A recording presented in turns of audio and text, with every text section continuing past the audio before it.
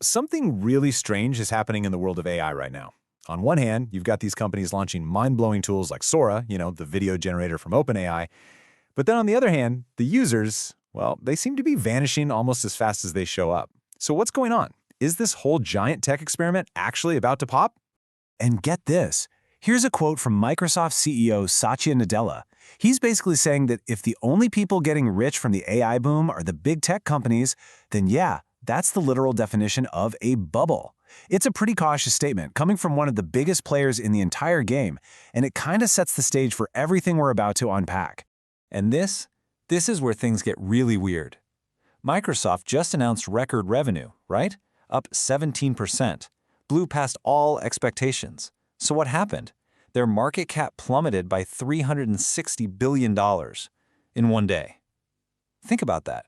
They made more money than ever, and the market punished them for it. That just doesn't make any sense, unless something is seriously wrong just beneath the surface. So this is the big question we're trying to answer here. Why are the leaders of this whole revolution, guys like Satya Nadella, Jensen Huang from NVIDIA, why do they suddenly sound so, defensive, insecure even, about the future of AI? Let's break it down. Okay, so the first major clue is the cost. And we are talking about an astronomical amount of money. The numbers are so huge, they're honestly hard to wrap your head around. And investors are starting to figure out that this AI arms race is just a bottomless money pit.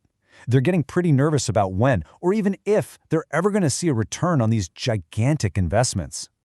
And this is where it gets absolutely wild. Remember that $360 billion drop in Microsoft stock? Well, that happened right after they revealed this number, $37.5 billion in spending in just one quarter.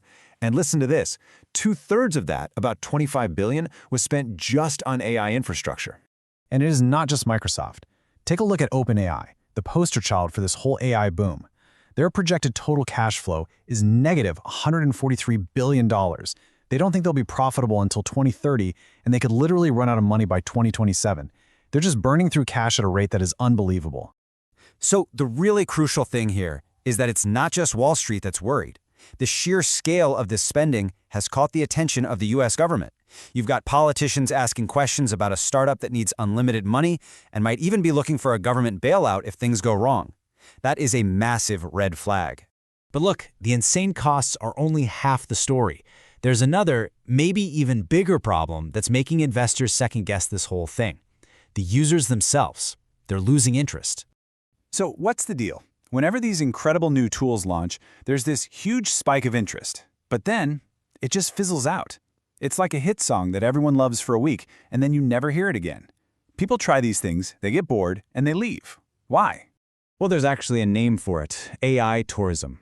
A user shows up, they generate 50 images of a cat in a spacesuit, they get that quick little dopamine hit from the novelty of it all, and then they realize the 100th image doesn't really do anything for them, the final result has no value because there was no effort, no story behind it. So they cancel their subscription. And the data absolutely backs this up. Just look at the user attention for Sora, OpenAI's big video generator. In the first 3 days, it grew faster than ChatGPT. But by day 7, only 2% of users were still around. By day 30, it was down to 1%. And after 2 months, basically zero. The shiny new toy got left in the dust. Honestly, this whole cycle of hype and then abandonment is just exhausting. If you're tired of it too, and you want to understand what's really going on in tech, go ahead and subscribe to Nerdy Billions for more explainers just like this one. Okay, so if these standalone AI products are failing to keep users around, what's the answer? Well, it turns out the real sustainable future of AI seems to be in a totally different approach. Thinking of AI not as the main show, but as a feature that makes something you already use even better. And this slide really breaks down the two competing ideas. On one side, you have AI as a product, like Sora. It's all about novelty, that dopamine hit, and entertainment. On the other side, you have AI as a feature, like the new tools inside Adobe Photoshop or the AI stuff in Google Docs.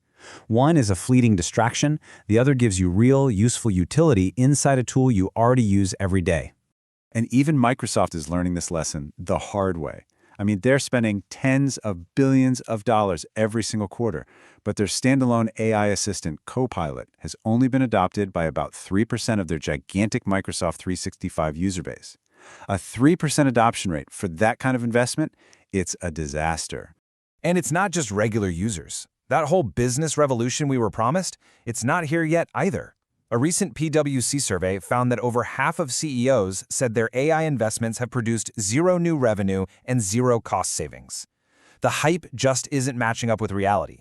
So as we come down from this peak of insane expectations, what does the future of AI actually look like? Well, it's not the end of AI, not by a long shot. It's more like the beginning of a more sober, more realistic, and frankly, a more genuinely useful era for the technology. I think this quote from NVIDIA's CEO just captures this new vision perfectly. He points out that AI lets radiologists analyze scans way, way faster. It doesn't replace them, it frees them up to spend more time with their patients. See, AI isn't changing the whole world all at once. It's bringing these huge leaps to small, individual worlds. And these wins are already happening, far away from all the generative art hype. We're talking about AI helping us discover new medicines faster, detecting cancer earlier, creating better weather forecasts to save lives, and even helping us decode the language of whales. This is the real stuff, the tangible benefits that are making a difference. So this is the fundamental choice right here.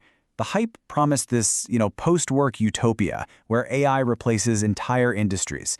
The sober, more realistic vision sees AI as this incredibly powerful tool that complements what humans do, helping us all achieve more in our own jobs. And that's exactly why the bursting of this hype bubble is actually a great thing for the future of AI. It clears away all the noise, all the get-rich-quick schemes, and all the tourist traps. It finally lets the real, sustainable work get the attention and the resources it's always deserved. Which leaves us with one last, really interesting question to think about. As all the dust settles and we move into this more sober AI world, who actually wins? Is it going to be the flashy startups that created all the hype? Or will it be the kind of boring established companies that just quietly integrated AI to make their essential products even better? Only time will tell.